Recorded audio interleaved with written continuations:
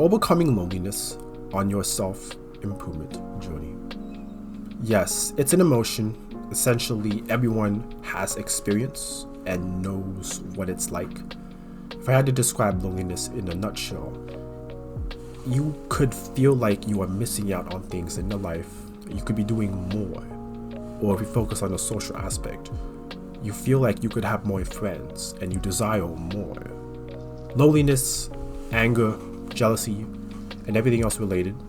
It's okay to have those kinds of thoughts and feelings, as every single one of them are contributors that will allow us to think and feel rationally as human beings. If you feel loneliness, that is okay.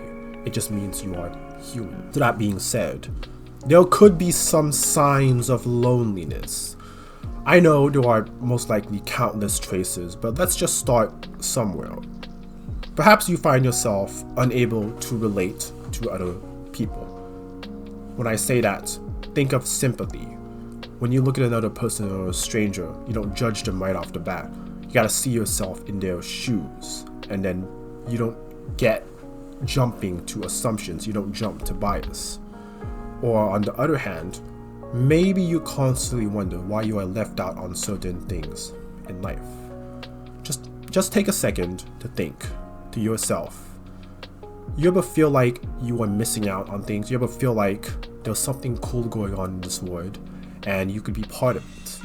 If you've had some of those thoughts, it's okay. It's nothing wrong with that. That's just what it means to be human, to feel these kinds of differing thoughts. Now, on a deeper level, there is the great possibility you could be unwilling, as choosing not to do things important. Something I like to categorize loneliness with. Let's take hesitation. If you are lonely, you are hesitant. Perhaps you are hesitant to go get your water bottle in the locker as there's a group of fellow co-workers having a good time grouped together talking.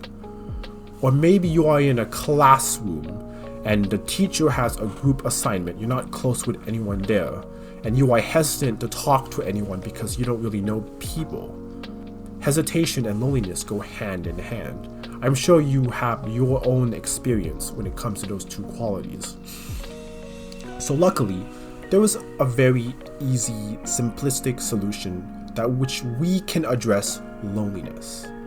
Above all, you have to keep and retain your true connection with yourself, who you are, your life, and your true self. You gotta stick to what works for you and what makes you the most comfortable. I like to look at loneliness as being subjective.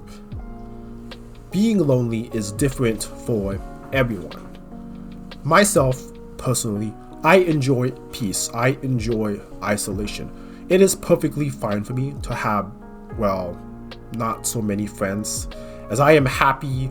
I am enjoying my environment, my life, my working life, my personal life. I am at peace with myself. Loneliness is subjective.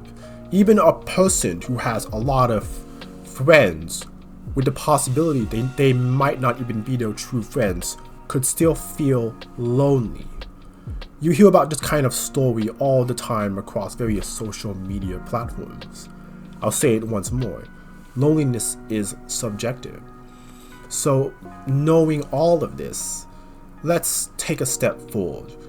Let's see the state of being lonely as the ultimate opportunity for us to work on that connection with ourselves. We need to give our minds the proper space for room to think, to develop, and contemplate. I'm talking about that time slot where after school you get off classes, you come home at 4 p.m. or you finish your full-time work shift and you come home around 5 or 6 p.m. Yes, you may be in a state of loneliness as there's no one in the house, your parents not coming home until later. But why not use that time to do something useful for yourself? Specifically, to work and hone on the connection with yourself. So let's put and create a very powerful quote. Loneliness is a state of self-exploration. You have time. You always have time. Each person in the world abides by the clock of 24 hours in a day. If you find yourself with a lot of free time, maybe you don't have that many friends, why not use that time to contribute towards yourself, to make progress towards yourself? There is always a good use of time if you make the decision to put it towards yourself.